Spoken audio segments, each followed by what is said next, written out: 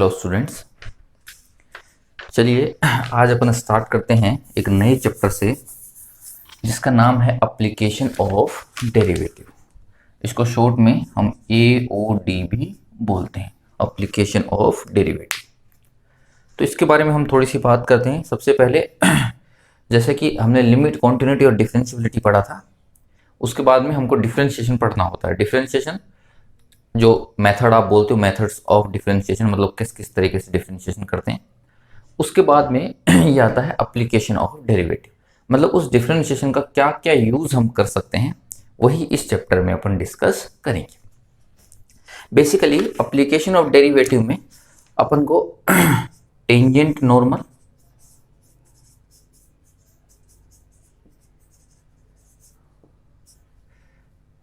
Monotonicity,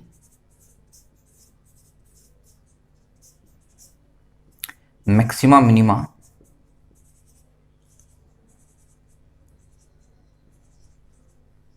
rate change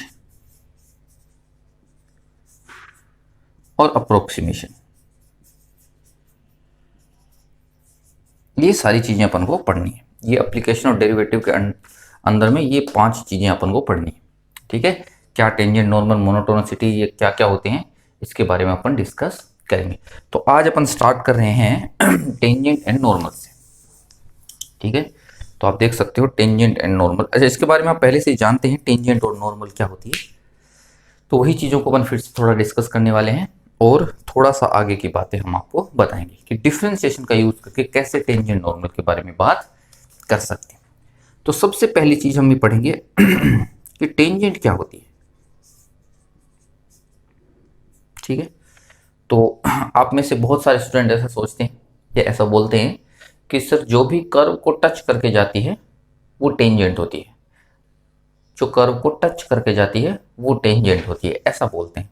लेकिन ये अच्छी डेफिनेशन नहीं होती। टेंजेंट टच करती है, ये बात सही है आपकी, लेकिन बहुत बार ऐसा भी होता है कि टेंजेंट कट करके भी चली जाती है।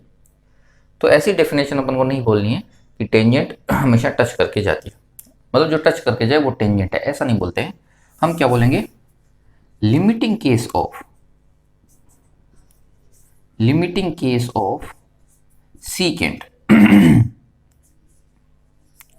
Limiting case of secant. अच्छा, सीकेंट समझते होंगे, जैसे कि मान लीजिए ये कर्व था, कोई भी एक पॉइंट ए और बी को अगर मिलाएंगे तो ये कोड बनेगी।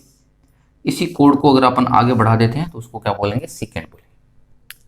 अब इस सीकेंट का लिमिटिंग केस जो होगा, लिमिटिंग का मतलब क्या होता है अगर आप इस सीकेंट को छोटा करते जाएं, मतलब इस कोड को अपन छोटा करते जाओ, जैसे कि ये देख सकते हो आप, तो ऐसे करते करते जो लास्ट में लिमिटिंग केस आएगा वही चीज क्या होती है, टेंजेंट होती है।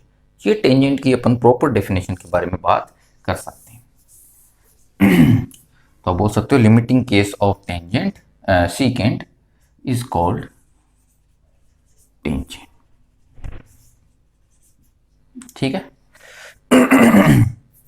पहली बात तो ये समझ में आ गई। दूसरी चीज,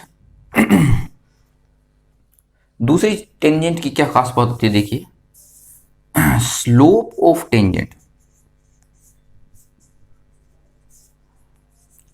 eight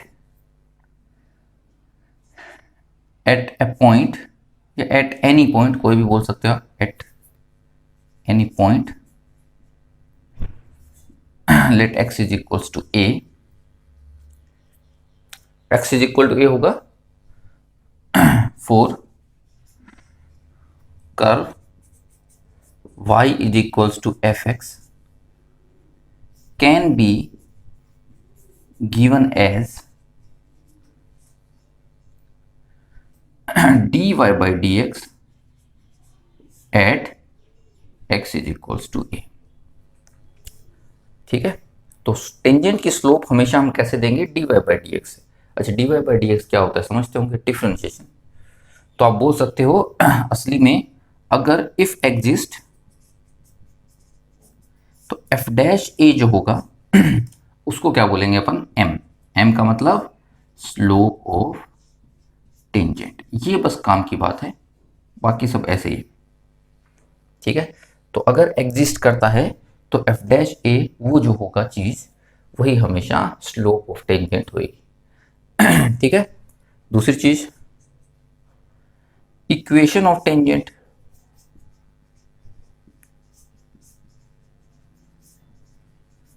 eight point x1, y1 can be given as y minus y1 is equals to m x minus x1। ये तो सिंपल स्ट्रेट लाइन की इक्वेशन है। बस m का पता करना है। m क्या होता है हम पहले ही पढ़ चुके हैं, जहां पे m होगा dy by dx at x is equals to x1, x is equal to x1। जरूरत पड़े तो y is equal to y1 भी यूज कर लेंगे, कोई दिक्कत है इसमें। दूसरी चीज, सारी पॉसिबिलिटीज हम यहां पे डिस्कस कर लेते हैं। दूसरी,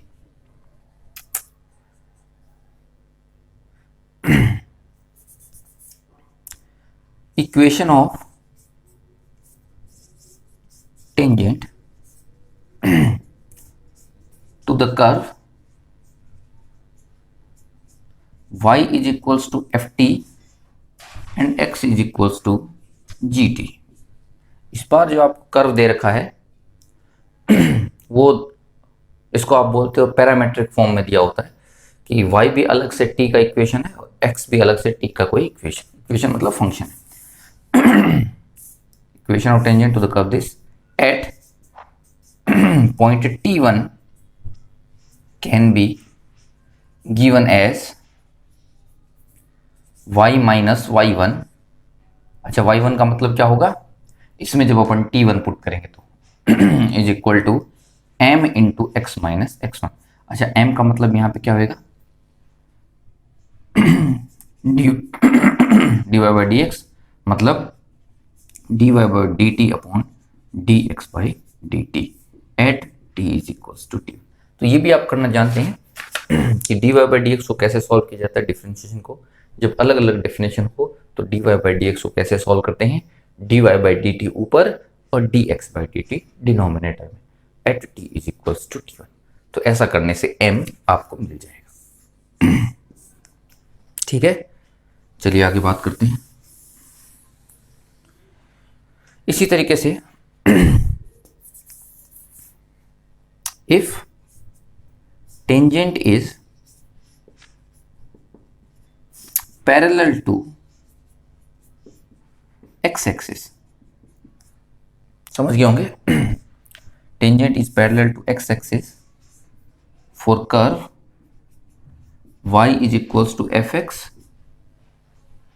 at x1, y1। मतलब आपसे बोला गया कि x1, y1 एक पॉइंट है, कर्व है y is equal to f x, और इस बार टेंजेंट जो है वो x एक्सिस के पैरेलल आ गई। तो x एक्सिस के पैरेलल अगर है टेंजेंट, तो ये तो आपको समझ में गया होगा कि m तो कितना होगा, 0। ठीक है, तो m अगर 0 हो गया इसका मतलब क्या, इक्वेशन कैसी बन जाएगी, m अगर 0 हो गया तो इक्वेशन हो गई y is equals to y1। तो y is equals to y1 is equal to m into होता है, तो वो सारा 0 हो जाएगा, तो y is equal to y1 उसकी इक्वेशन बन जाएगी। इसी तरीके से if tangent is vertical, vertical का मतलब हो गया पैरेलल टू y एक्सिस। अच्छा, इसको हॉरिजॉन्टल टेंजेंट भी बोलते हैं। तो अगर वर्टिकल टेंजेंट है तो m कितना हो जाएगा, देन m जो होगा वो होगा अनडिफाइंड। यहाँ पे आप बोल सकते हो कि वर्टिकल टेंजेंट्स का जो वर्टिकल लाइन आती है उसका स्लोप अनडिफाइंड हो जाएगी, इसीलिए उसका equation can be given as x is equals to x1। इस बार उसका इक्वेशन किस तरीके से दिया जाएगा, x is equal to x1। x1 मतलब वो जो जहां पर अपन को टेंजेंट ड्रॉ करनी है उसका x कोऑर्डिनेट। ठीक है, तो ये आपको ध्यान रखना है। तो ये टेंजेंट्स के बारे में मैंने कुछ आपको पॉइंट बताए हैं। तो अब आपको एक बात समझ में आई होगी कि डिफरेंशिएशन से आपको स्लोप निकालनी है। तो ये एक इंपॉर्टेंट बात मैं आपको और बता देता हूं कि मान लीजिए let for y is equals to f x at point x1 comma y1, मतलब एक फंक्शन था y is equal to f x, एक फंक्शन था जिसका कर्व है y is equal to f x, और पॉइंट हम बात कर रहे हैं x1 कॉमा y1 पॉइंट के ऊपर बात कर रहे हैं। ठीक है, तो हमने मान लीजिए इस पॉइंट के ऊपर जब टेंजेंट निकालने की कोशिश करी तो वो स्लोप जो है वो लिमिट एग्जिस्ट नहीं करी या स्लोप आ नहीं रहे। तो आपने बोला let f dash x1 is not define. तो आपने क्या किया, फंक्शन का डिफरेंशिएशन किया और डिफरेंशिएशन करके आपने उसमें x1 y1 पुट किया, फंक्शन में x1 पुट कर दिया। तो ऐसा करने से आपका आंसर आ जाना चाहिए था। तो अगर आंसर आ जाता तो आप बोलते कि वो तो स्लोप है टेंजेंट की। इस बार क्या हुआ, आंसर आया ही नहीं, ये डिफाइन नहीं हो रहा है, यहां से कुछ मिल ही नहीं रहा। तो अब आप क्या करेंगे देन, ठीक है,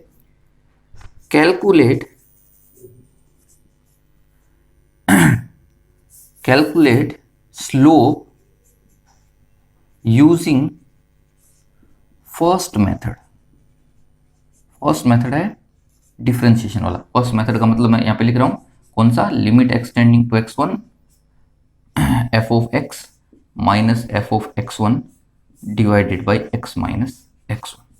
ये वाला जो हमने डिफरेंशिएबिलिटी में सबसे पहले आपको बताया था, वो वाला मेथड आप लगा के डिफरेंशिएशन यूज करोगे। अच्छा, ये और वो चीज तो सेम ही है, ये चीज और ये चीज तो सेम होती है, आप जानते हैं भाई, सीधा सीधा डिफरेंशिएशन अपने लिए बहुत इजी होता है, इसीलिए हमने ये यूज किया। ये इजी पड़ता है इसलिए यूज किया। अब इससे दिक्कत ये होगी कि कोई आंसर मिला ही नहीं। अगर कोई आंसर नहीं मिला तो अब हम क्या बोलेंगे, अब ये यूज करेंगे।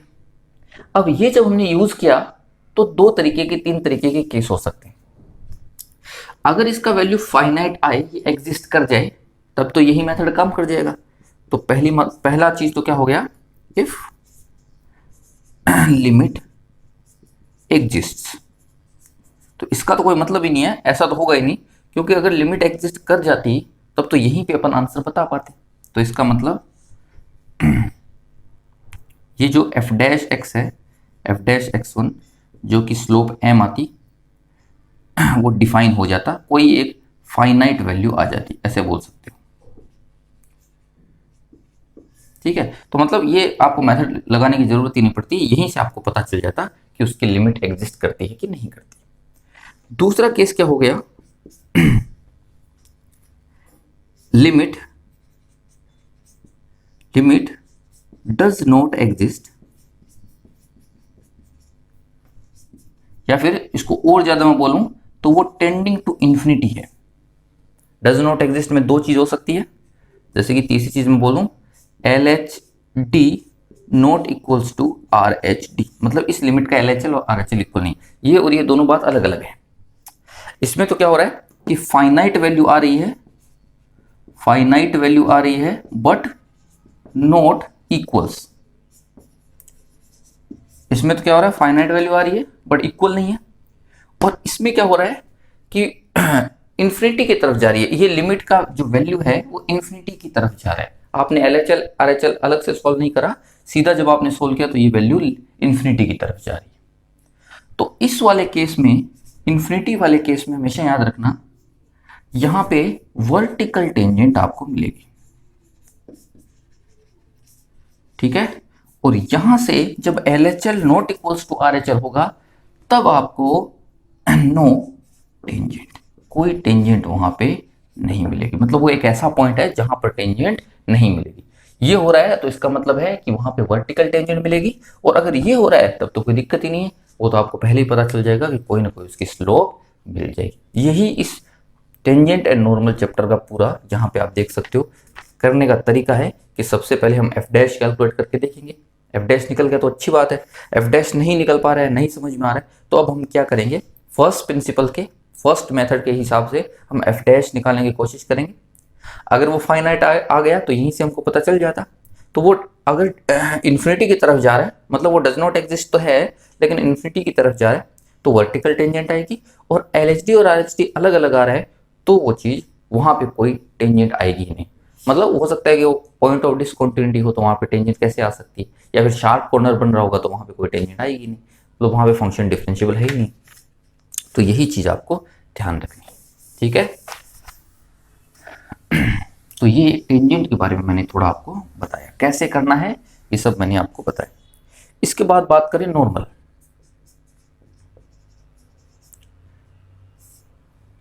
तो नॉर्मल के बारे में आप आराम से बता सकते हो, ठीक है। If slope of tangent is m1 then slope of normal वो कितनी हो जाएगी, -1/m1। इसमें कोई दिक्कत है? क्यों? Because normal and tangent are perpendicular to each other. और दूसरी इंपॉर्टेंट बात, क्या चीज, नॉर्मल और टेंजेंट, ये बहुत इंपॉर्टेंट बात है, नॉर्मल और tangent at point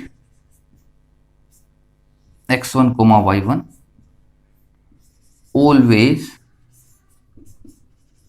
passes through x1, y1।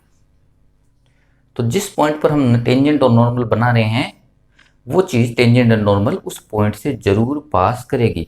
बहुत सारे स्टूडेंट कैलकुलेशन के दौरान ये लाइन भूल जाते हैं, और वो हमेशा, अगर ये लाइन आप भूल जाते हो तो हमेशा ही आपको एक इक्वेशन की कमी दिखेगी, एक इक्वेशन आपको कम लगेगी।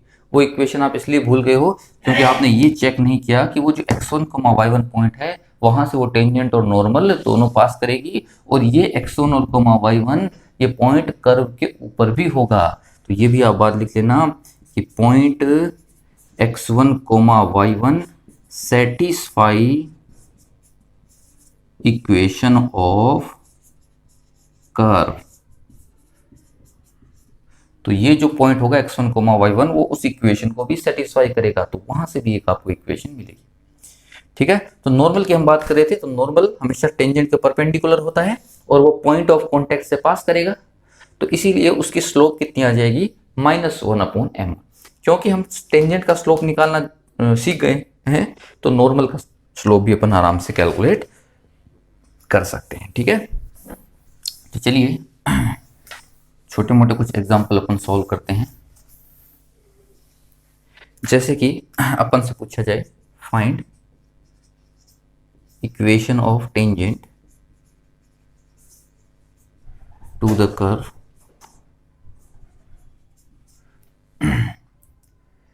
y इज इक्वल्स टू, या to the curve y is equals, या fx इज इक्वल टू, ऐसे फंक्शन भी दिया जा सकता है तो y is equal to fx हम बोल सकते हैं। Curve y is equals to fx eight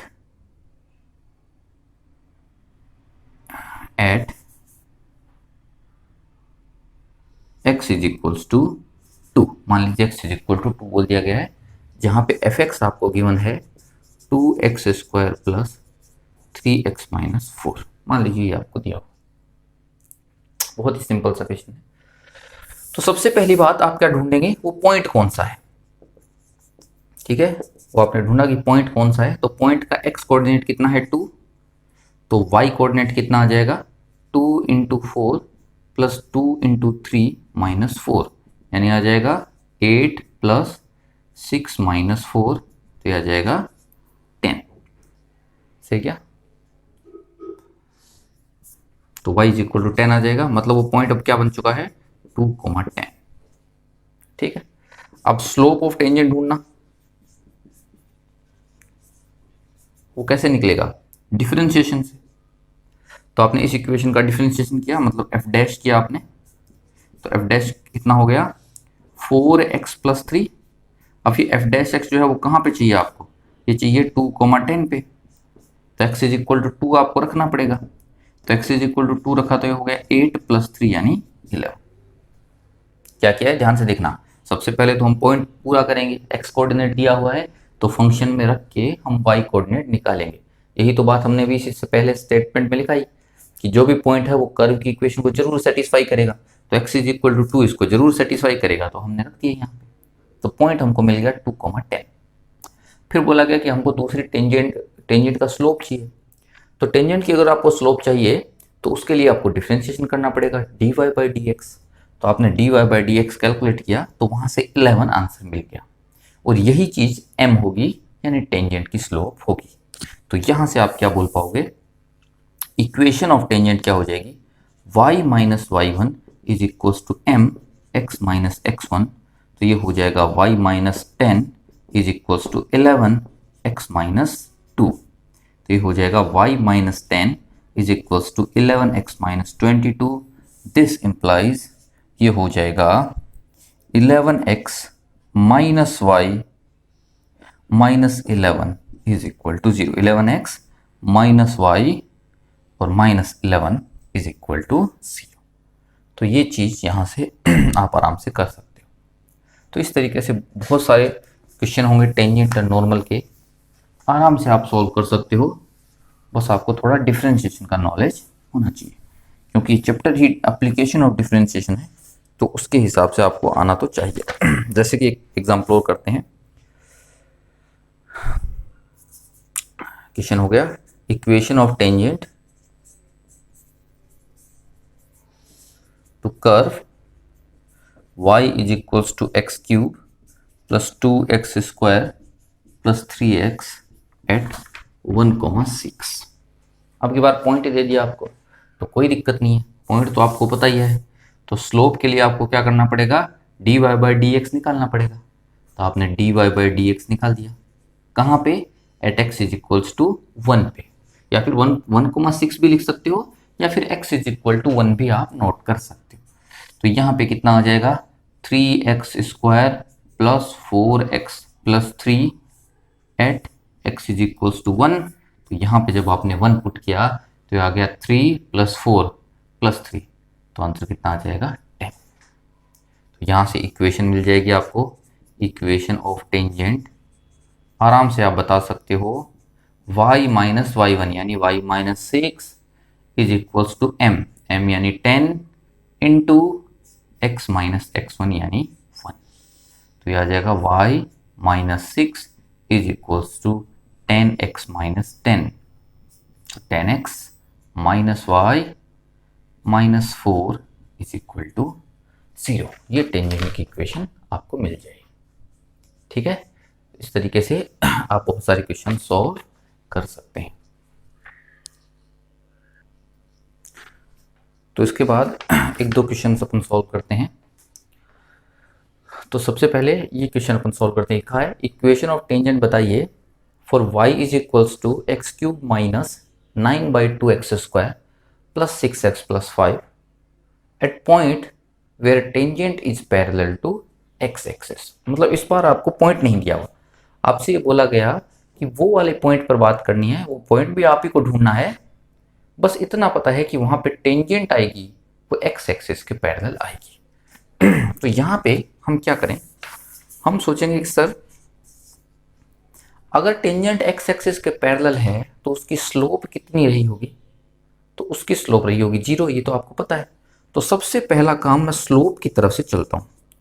तो स्लोप के लिए मुझे क्या करना पड़ेगा, dy by d x calculate करना पड़ेगा। तो dy by d x calculate किया, आ गया 3x square minus 9 by 2 into differentiation हो गया 2x और प्लस में आ गया 6।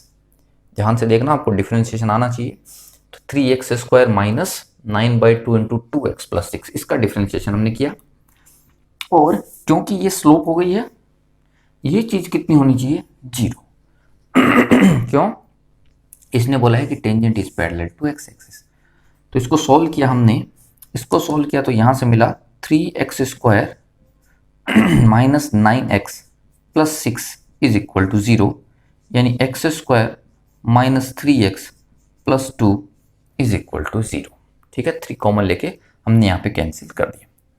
तो ध्यान से देखिए, अगर आप ध्यान से देखोगे तो x माइनस 1 इसका एक फैक्टर होगा, तो x माइनस वन इसमें से बाहर निकाला, तो x माइनस वन बाहर निकाला तो यहाँ से बच जाएगा x minus two is equal to 0।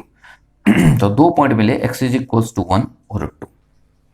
मतलब क्या हो गया कि इस इक्वेशन में, इस डायग्राम में, इसके कर्व में 2 ऐसे पॉइंट हैं जहां पर टेंजेंट आपको x एक्सिस के पैरेलल मिलेगी। अच्छा, एक x एक्सिस के पैरेलल टेंजेंट का इक्वेशन क्या होता है? Equation of horizontal tangent. Horizontal tangent का इक्वेशन थोड़ी देर पहले ही मैंने आपको बताया, वो क्या होता है? y is equals to y1। तो अभी x निकालने से अपना काम नहीं चलेगा, हमको क्या करना पड़ेगा? y भी निकालना पड़ेगा। y निकालेंगे तो ही अपन को इक्वेशन बता सकते हैं। तो पहली चीज मैंने लिखी कि for x is equal to 1। पहले मैं x इज इक्वल टू 1 के लिए बात कर रहा हूं। तो x इज इक्वल टू 1 के लिए y कितना आएगा ये हमको कौन बता देगा? ये वाला।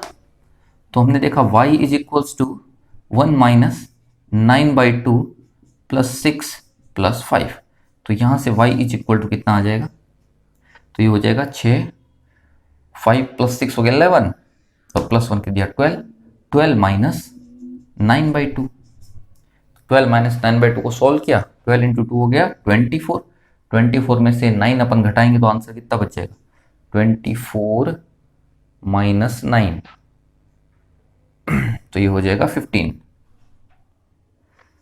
तो 15/2, तो y इज इक्वल टू 15/2 आ गया। ठीक है, और यही अपना होता है, मतलब पॉइंट आपका कौन सा हो गया? पॉइंट हो गया 1,15/2। तो ये अगर पॉइंट है तो इक्वेशन ऑफ टेंजेंट आ जाएगी, इक्वेशन ऑफ टेंजेंट आ जाएगी y इज इक्वल्स टू 15/2। ये इक्वेशन होगी। कहां पे बात कर रहे हैं अपन? x इज इक्वल्स टू 1 पे बात कर रहे हैं। चलिए अब x इज इक्वल टू 2 पे बात कर लेते हैं। 4 x इज इक्वल्स टू 2। तो x इज इक्वल टू 2 पे अगर अपन बात करें तो फिर से वही काम करना पड़ेगा। y कितना आएगा? तो y इज इक्वल्स टू आ जाएगा 2 क्यूब यानी 8 माइनस 9/2 इंटू 4 प्लस 6 इंटू 2 यानी 12 और प्लस में आ जाएगा 5। तो यहां से आ जाएगा 12 प्लस 8 20, 25 माइनस 18। तो 25 माइनस 18 किया तो यहां से 7 बच जाएगा। तो इसीलिए y इज इक्वल्स टू 7, यही दूसरी वाली टेंजेंट हो जाएगी। तो यहाँ पे 2 लाइनें ऐसे आएंगी, 2 टेंजेंट ऐसी आएंगी जो x एक्सिस के पैरेलल होंगी। y इज इक्वल टू 7 और y इज इक्वल्स टू 15/2। ये कहाँ पे होगी? x इज इक्वल टू 2 पे, यानी पॉइंट कौन सा होगा? 2,7, और ये वाला पॉइंट कौन सा होगा? 1,15/2। तो इस तरीके से आपको ये क्वेश्चन सॉल्व करने। चलिए एक बार दूसरा क्वेश्चन और देख लेते हैं। तो इस बार आपसे पूछा गया है कि एक कर्व है y is equal to x square minus x plus 5। इस पे आपको टेंजेंट की इक्वेशन ढूंढनी है। कहाँ, कौन से पॉइंट पर? वो वाले पॉइंट पर जहां से अगर मैं टेंजेंट ड्रॉ करूं तो makes an equal intercept with axis.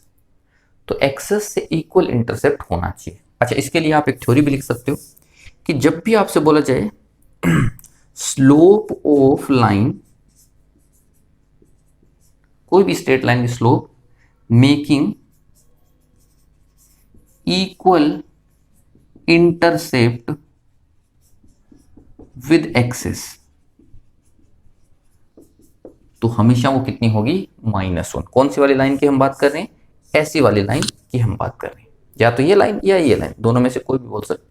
मतलब एक्स इंटरसेप्ट और वाई इंटरसेप्ट इक्वल होना चाहिए, इसमें भी एक्स इंटरसेप्ट और वाई इंटरसेप्ट इक्वल होना चाहिए। तो दोनों ही केसेस में आप बोल सकते हो स्लोप हमेशा कितनी आएगी? -1।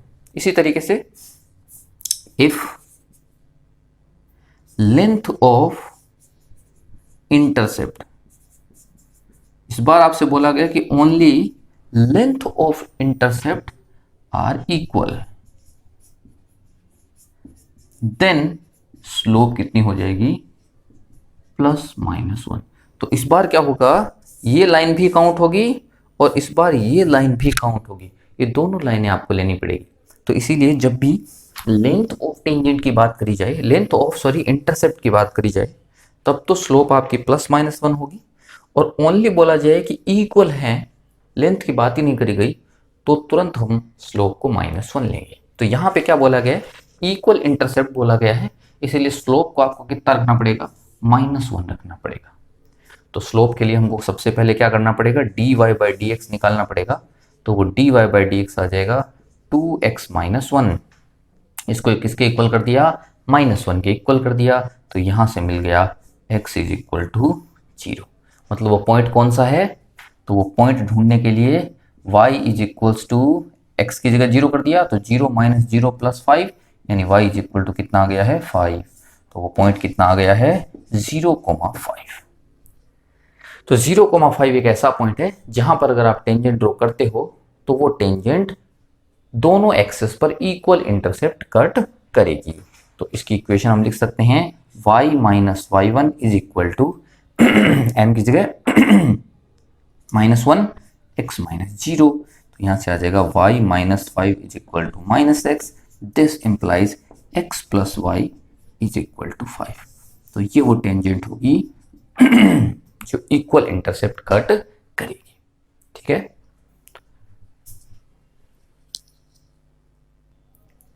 तो ये कुछ एग्जांपल्स हैं जो मैंने नोट करे हैं, आप इनको नोट करिए और सॉल्व करिए। इनके आंसर्स के बारे में अगले लेक्चर में अपन बात करते हैं।